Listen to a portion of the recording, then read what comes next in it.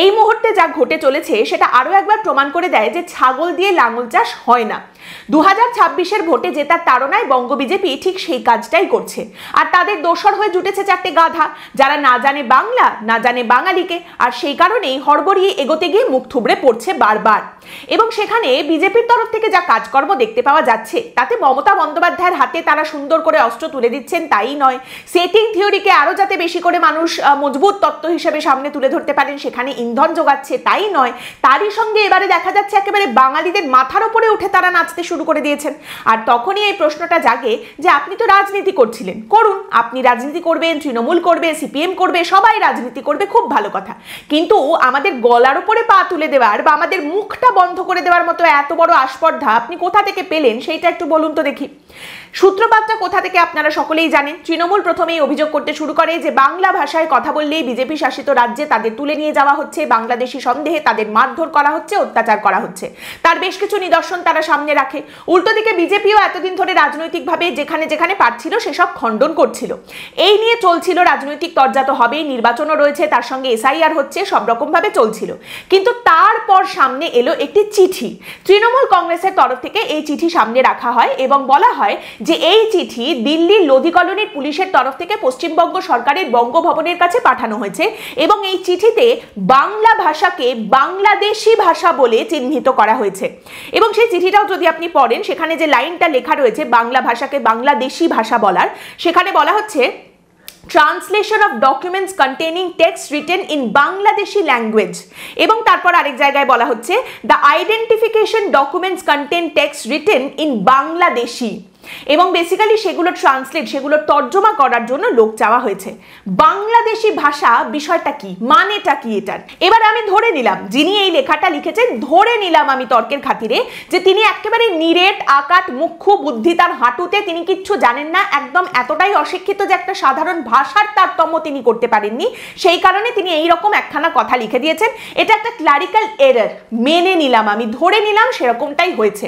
এবারে এই নিয়ে রাজনৈতিক তরজা অবশ্যই হবে, কারণ গোটা বিষয়টার মধ্যে রাজনীতি ঢুকে রয়েছে।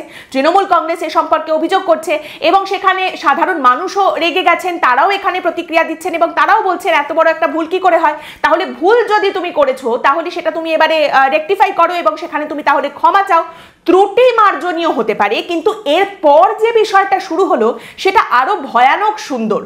এই জিনিসটা যেটা করা হয়েছে সেটা ঠিক, আমরা যেটা করেছি সেটা ঠিক, এবং কেন ঠিক সেটা আমরা তোমাদের বোঝাবো। তোমরা বাঙালিরা বাংলা ভাষা সম্পর্কে কি জানো আমরা তোমাদের দেখাবো।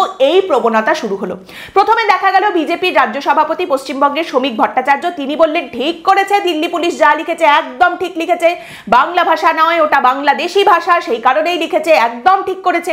এই পর্যন্ত তবু মানা যায়, আমি ধরে নিচ্ছি তবু তর্কের খাতিরে, কিন্তু এরপর যেটা ঘটলো সে তো অভূতপূর্ব। অমিত মালভিয়া বলে একজন ব্যক্তি রয়েছেন, বিরোধীরা অভিযোগ করেন এই অমিত মালভিয়া হচ্ছে একেবারে ফেরেববাজ মিথ্যেবাদী একটা লোক, নিকৃষ্টতম এক জীব যে প্রচুর পরিমাণে ফেক নিউজ ছড়ায়, এবং একাধিকবার দেখা গেছে একাধিক সংবাদ সংস্থার তরফ থেকে চিহ্নিত করা হয়েছে যে অমিত মালভিয়া যে সমস্ত কথাবার্তা বা গল্প সামনে নিয়ে আসেন তার মধ্যে প্রচুর অর্ধসত্য, বিকৃত সত্য এবং সর্বৈব মিথ্যে কথা রয়েছে। তো সেই অমিত মালভিয়া, তাকে নিয়ে পশ্চিমবঙ্গের মানুষেরা তো মাথা ব্যথা থাকবেই বা কেন? প্রথমত তিনি বাংলা নিয়ে কথা বলেছেন তাই মাথা ব্যথা, আর দ্বিতীয় কথা হচ্ছে তিনি নাকি বিজেপির বেঙ্গল ইনচার্জ। পশ্চিমবঙ্গে বিজেপি কি করে জিতবে সেই সমস্ত নাকি তিনি দেখাশোনা করেন এবং সেই দায়িত্ব অমিত মালভিয়ার মাথার উপরে রয়েছে। তিনি আবার আইটি সেলটাও চালান, সেটারও ইনচার্জ। সেই আইটি সেল যারা 2021-এর নির্বাচনের আগে বিজেপির হয়ে এমন হাওয়া তুলেছিল যে সবাই একেবারে নতুন পাঞ্জাবি টাঞ্জাবি তৈরি করে বসেছিলেন যে বিজেপির নেতারাই শপথ নিতে যাবেন, বিজেপির নেতারাই জিতবেন, সে কথা বাদ দিন। কিন্তু সেই রকম আইটি সেলের উনি ইনচার্জ এবং বেঙ্গল পশ্চিমবঙ্গ দেখাশোনা করছেন, পশ্চিমবঙ্গে বিজেপিকে জেতানোর চেষ্টা করছেন, সেই জন্য অমিত মালভিয়ার কথাটা গুরুত্বপূর্ণ। এবং সেই কারণে এই অমিত মালভিয়া নামক ব্যক্তি, যিনি উত্তরপ্রদেশে জন্মগ্রহণ করেছেন, যার মাতৃভাষা হিন্দি, যিনি পড়াশোনা করেছেন অর্থনীতি নিয়ে, এখন বিজেপির হয়ে কাজ করছেন, তিনি এসে বলতে শুরু করলেন দিল্লি পুলিশ যেটা বলেছে ঠিকই বলেছে, কারণ বাংলা আসলে কোনো ভাষাই নয়। বাংলা আসলে কোনো ভাষাই নয়, বাংলা একটি জাতিগত পরিচয়। তাই দিল্লি পুলিশ যদি এটা বলে থাকে একদম ঠিক বলেছে, বাংলাদেশিদের বোঝানোর জন্য, অনুপ্রবেশকারীদের বোঝানোর জন্যই দিল্লি পুলিশ এই কথাটি বলেছে। অমিত মালভিয়া যেটা লিখেছেন সেটা হচ্ছে, Delhi police is absolutely right in referring to the language as Bangladeshi in the context of identifying infiltrators. The term is being used to describe a set of dialects, syntax and speech patterns that are distinctly different from the Bangla spoken in India. The official language of Bangladesh is not only phonologically different but also includes dialects like Sylheti that are nearly incomprehensible to the Indian Bengalis. There is in fact no language called Bengali that neatly covers all these variants. Bengali denotes ethnicity, not linguistic uniformity. So when the Delhi police uses Bangladeshi language, it is a shorthand for the linguistic markers used to profile illegal immigrants from Bangladesh, not a commentary on Bengali as spoken in West Bengal. As spoken in West Bengal, পশ্চিমবঙ্গে ঠিক কত ধরনের বাংলা ভাষায় কথা বলা হয়, বাংলা ভাষায় কথা বলার কতগুলো ধরন রয়েছে সে সম্পর্কে আপনি সত্যি কিছু জানেন? কিছু মাত্র আপনি জানেন? যাই হোক, এবং এই যে কথাটি বলেছেন অমিত মালভিয়া, তার মোটামুটি তর্জমা করলে দাঁড়ায়, দিল্লি পুলিশ অনুপ্রবেশকারীদের ক্ষেত্রে বাংলাদেশি ভাষা বলে একদম ঠিক কাজ করেছে। আর এই শব্দ ব্যবহারের একমাত্র কারণ ওই অনুপ্রবেশকারীদের ভিন্ন বাচন শৈলী, যা সাধারণভাবে ভারতে ব্যবহার হয় না। বাংলা বলে কোনো ভাষা নেই, বাঙালি একটি জাতির নাম নাকি কোনো ভাষা? তাই দিল্লি পুলিশ যখন বাংলাদেশি ভাষার কথা উল্লেখ করেছে, এটা তখন অনুপ্রবেশকারীদের চিহ্নিত করেছে। এর সঙ্গে পশ্চিমবঙ্গের ভাষাভাষী মানুষের কোনো যোগ নেই। পশ্চিমবঙ্গের ভাষাভাষী মানুষ মানে পশ্চিমবঙ্গের মানুষ কোন ভাষায় তাহলে কথা বলেন? How does it make sense? এর মানেটা কি দাঁড়াচ্ছে? মমতা বন্দ্যোপাধ্যায়কে ঠুকতে গিয়ে গোটা বাংলা এবং বাঙালির আপনি এত বড় অপমানটা করলেন কি করে? এবং রাজনৈতিকভাবে আপনাদের এটা এত সঠিক একটি পদক্ষেপ বলে কি করে মনে হলো? যেখানে আপনারা দেখছেন যে অলরেডি মানুষজন অত্যন্ত ক্ষুব্ধ, তারা রেগে গিয়েছেন, তারা বলছেন ক্ষমা চাইতে হবে, সেখানে আপনাদের মনে হলো যে না, আমরা ডাবল ডাউন করব, আমরা যে কথাটা বলেছি সেটাকে সত্যি কথা বলে প্রমাণ করে আরো বড় অপমান করব বাংলা এবং বাঙালি, তাহলে আমরা এই বাঙালিদের কাছ থেকে ভোট নিয়ে ভোটে জিততে পারবো। এইটা আপনাদের রাজনৈতিক বুদ্ধিতে বলল এবং সেই কারণে আপনারা গাজোয়ারি করে আরো বেশি অপমান করতে নেমে পড়লেন। এমনিতে হিন্দি ভাষায় যারা কথা বলে তাদের মধ্যে কিছু মানুষজন রয়েছেন যারা বলতে চান যে হিন্দি হচ্ছে আমাদের দেশের রাষ্ট্রীয় ভাষা। মানে একদিকে আপনি বলবেন যে বাংলা কোনো ভাষাই নয়, অন্যদিকে আপনি বলবেন হিন্দি তো শুধুমাত্র ভাষা নয়, হিন্দি আমাদের দেশের রাষ্ট্রীয় ভাষা। যেখানে কেন্দ্রের তরফ থেকে, আমাদের সরকারের তরফ থেকে চিৎকার করে করে বহুবার এটা পরিষ্কার করে দেওয়া হয়েছে যে আমাদের দেশের কোনো রাষ্ট্রীয় ভাষা নেই, হিন্দি আমাদের দেশের রাষ্ট্রীয় ভাষা নয়। তারপরেও আপনি সেই কথা বলে যাবেন এবং অন্যদের হিন্দি বলার জন্য জোর করবেন, রীতিমতো সেই ভাষাকে অন্যদের উপর চাপিয়ে দেওয়ার চেষ্টা করবেন। ভালোবেসে কেউ হিন্দি শিখবেন, হিন্দি বলবেন, সেই জায়গাটাই রাখার দরকার নেই, আপনি জোর করে চাপিয়ে দেবেন। একদিকে একটা ভাষাকে আপনি বলবেন এটা ভাষাই নয়, অন্যদিকে আরেকটা ভাষাকে আপনি বলবেন এটা তো শুধু ভাষা নয়, এটা রাষ্ট্রীয় ভাষা।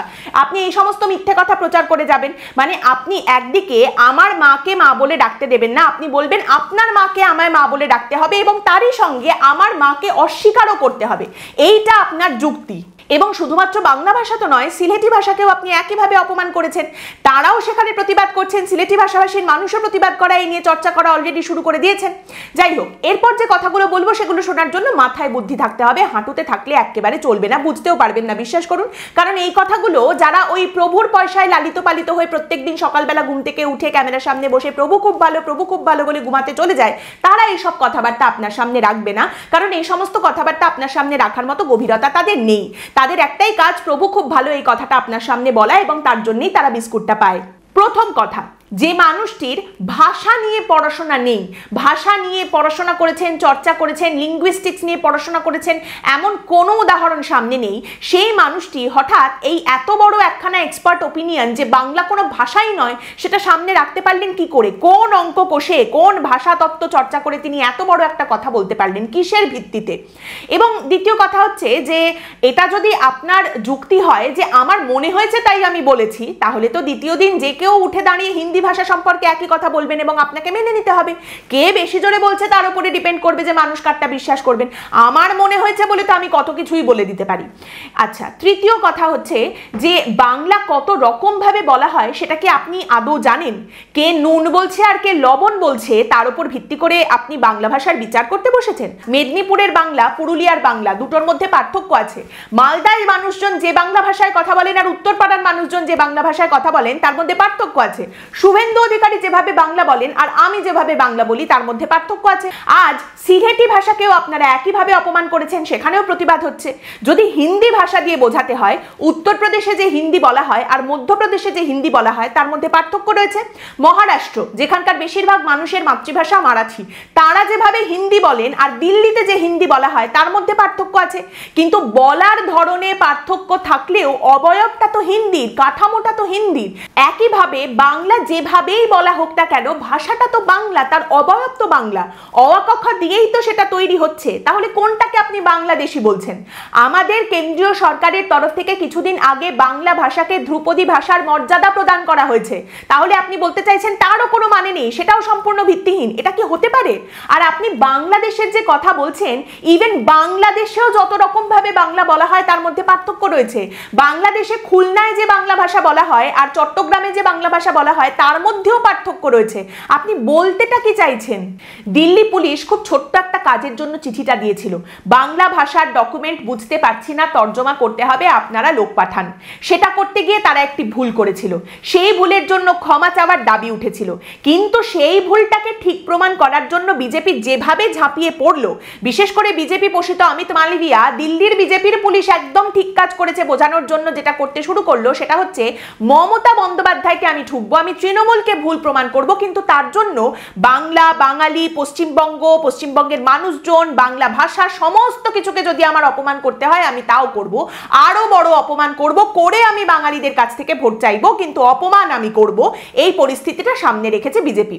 এবং এখানে বাংলা ভাষাভাষী মানুষ যারা রয়েছেন তাদের উদ্দেশ্যে বলি, আপনার মাতৃভাষা কিভাবে বললে সেটা বাংলা হবে আর কিভাবে বললে সেটা বাংলা হবে না, আপনার মাতৃভাষা কোন কোন ক্ষেত্রে মাতৃভাষা হবে আর কোন কোন ক্ষেত্রে মাতৃভাষা হবে না, সেটা যখন অন্য কেউ আপনাকে বুঝিয়ে দেয়, এবং অন্য কেউ বলতে আমি যে কোনো অন্য কেউ এর কথা বলছি, কোনো বহিরাগত তত্ত্ব শুধু নয়, যে কেউ যদি আপনাকে সেটা বোঝানোর চেষ্টা করে এবং আপনি চুপ করে থাকেন, তাহলে সেটা শুধুমাত্র রাজনৈতিক তরজা নয়, আপনার সাংস্কৃতিক অস্তিত্বের প্রশ্নও তুলে দেয়।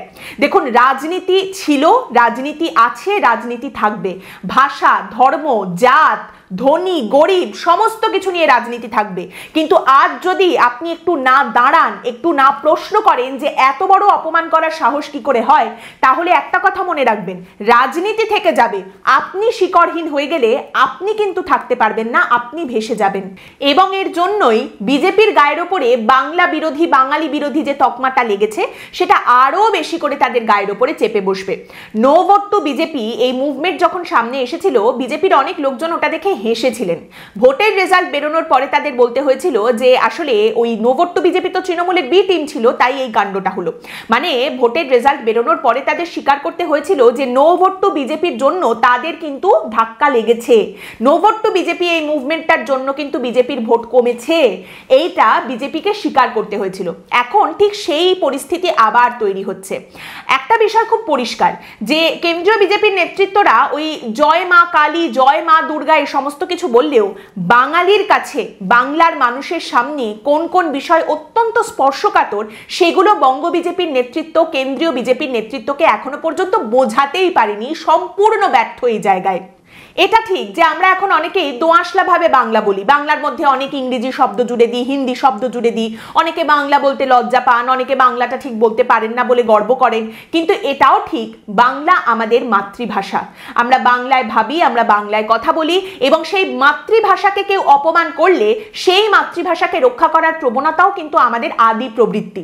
কাজেই সেটাও অবশ্যই মানুষ করবেন। এখানে বিজেপি তর্ক করতেই পারে, চিৎকার করে বলতেই পারে যে না কোনো ভুল নেই, আমরা যা করেছি করেছি ঠিক করেছি, আসলে এগুলো তৃণমূল কংগ্রেসের সবটাই চক্রান্ত। যদি সেটাও হয়ে থাকে তাহলে তো বলতে হয় মশাই, সেই চক্রান্ত বা সেই ফাঁদে আপনারা যেভাবে হেঁটে হেঁটে গিয়ে পা দিয়েছেন সেটাতে আপনাদের রাজনৈতিক বুদ্ধিমত্তার পরিচয় আরো বেশি করে বাঙালির সামনেই উঠে আসে। এইবার পশ্চিমবঙ্গে বিজেপির সব থেকে বড় বাজি ধরেছে মধ্যবিত্ত শিক্ষিত শহুরে বাঙালির ওপর। এই ভোটটাকে তারা নিজেদের দিকে আনতে চাইছে। এই মধ্যবিত্ত শহুরে বাঙালির কিন্তু বাংলা ভাষার প্রতি এই অপমান অনেকটা গায়ে লেগেছে। এইটা বিজেপির নেতারা যদি বুঝতে পারেন এবং বুঝতে পেরে যদি এই ইস্যুটাকে তারা অন্যরকম ভাবে হ্যান্ডেল করতে পারেন তাহলে তাদের জন্যই ভালো। আর এখনো পর্যন্ত যদি তারা গোয়ার তুমি করে গাজুয়ারি করে যা বলেছি ঠিক বলেছি করেই যান, তার ফল হয়তো তারা অদূর ভবিষ্যতে দেখতেই পাবেন। আজকের পর্ব এখানেই শেষ করছি। আপনাদের মতামত এই পর্ব সম্পর্কে অবশ্যই জানাবেন। পরের দিন দেখা হবে অন্য একটি বিষয় নিয়ে আলোচনায়। ভালো থাকবেন।